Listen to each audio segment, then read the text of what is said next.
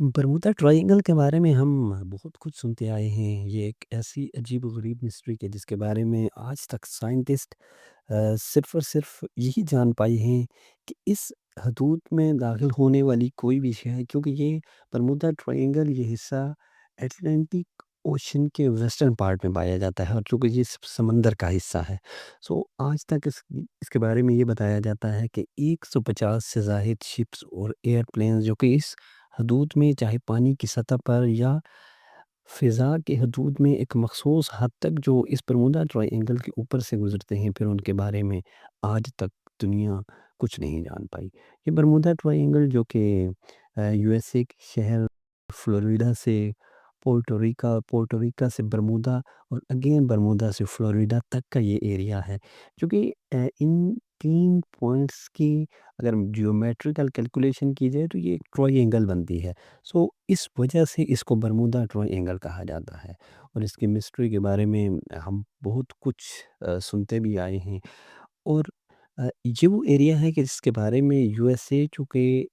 Columbus نے دریافت کیا تھا، تو کولمبس نے اپنی دریافت میں، اپنی تھیوری میں بھی یہ لکھا تھا کہ جب وہ اس حصے سے گزر رہا تھا تو اس نے آسمان سے ایک بہت گہری روشنی دیکھی، اور وہ روشنی آسمان سے اس حصے پہ پڑتی ہے اور اس سمندر کے اس حصے میں جذب ہو جاتی ہے۔ پھر اس کے بعد 1950 میں ایک ایسا واقعہ پیش آیا، پھر 1915 اور 1918 میں بھی ایک ایسا واقعہ پیش آتا ہے کہ جو اس برمودا ٹرائینگل کو دنیا کے لیے مزید حیران کن بنا دیتا ہے۔ سو 1945 کے اندر یو ایس نیوی کی ایک فلائٹ 18 کے جس میں 52 ریپیرڈو بمبر ایئر کرافٹ جو کہ اپنی روز کی روٹین کے مطابق اپنی پرواز کا آغاز کرتے ہیں، جو ہی وہ اس برمودا ٹرائینگل کے اوپر پہنچتے ہیں تو اس کے بعد یہ پانچوں ایئر کرافٹس غائب ہو جاتے ہیں۔ ان 5 ایئر کرافٹس کے اندر 14 کریو ممبرز بھی موجود ہوتے ہیں۔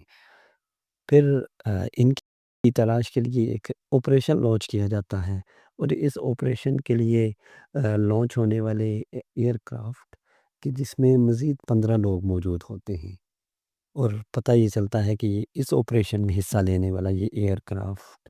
سمیت مزید 15 اور کل ملا کے 6 ایئر کرافٹ اور 27 لوگوں کے بارے میں آج تک نہیں معلوم ہو سکا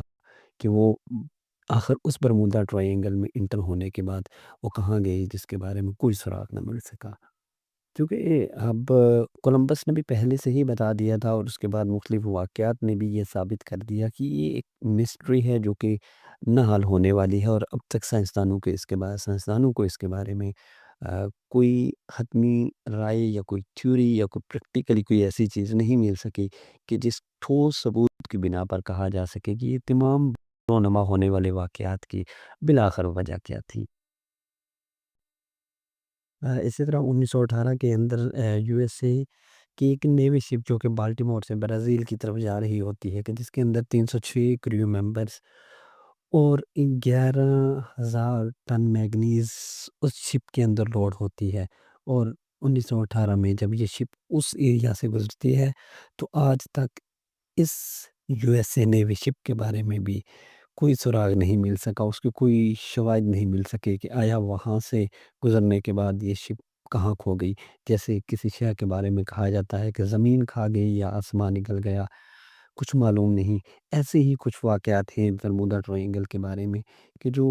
اس کی مسٹری کو ڈے بائی ڈے انکریز کیے ہوئے ہیں۔ اسی طرح سے ایک ایس ایس ایل فورا جو کہ ڈیپ سی ایکسپلوریشن کے اندر اس شپ کے بارے میں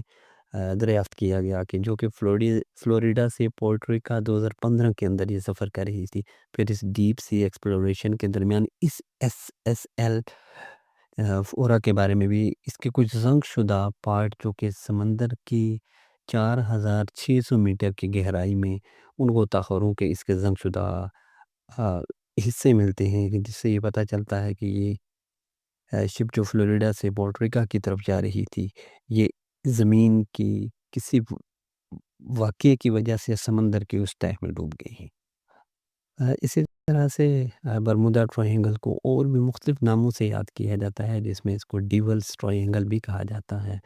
تو الغرض برمودا ٹرائینگل ایک ہم کہہ سکتے ہیں کہ ایک ایسا واقعہ یا ایک وہ حصہ کہ جس کے بارے میں اب تک کوئی ٹھوس ثبوت یا کوئی ایسے شواہد سائنسدانوں کے پاس نہ ہی دنیا کے پاس کہ کسی شخص کے پاس موجود ہیں کہ جس کے بارے میں اس کے پس پردہ حقائق کے بارے میں جانا جا سکے۔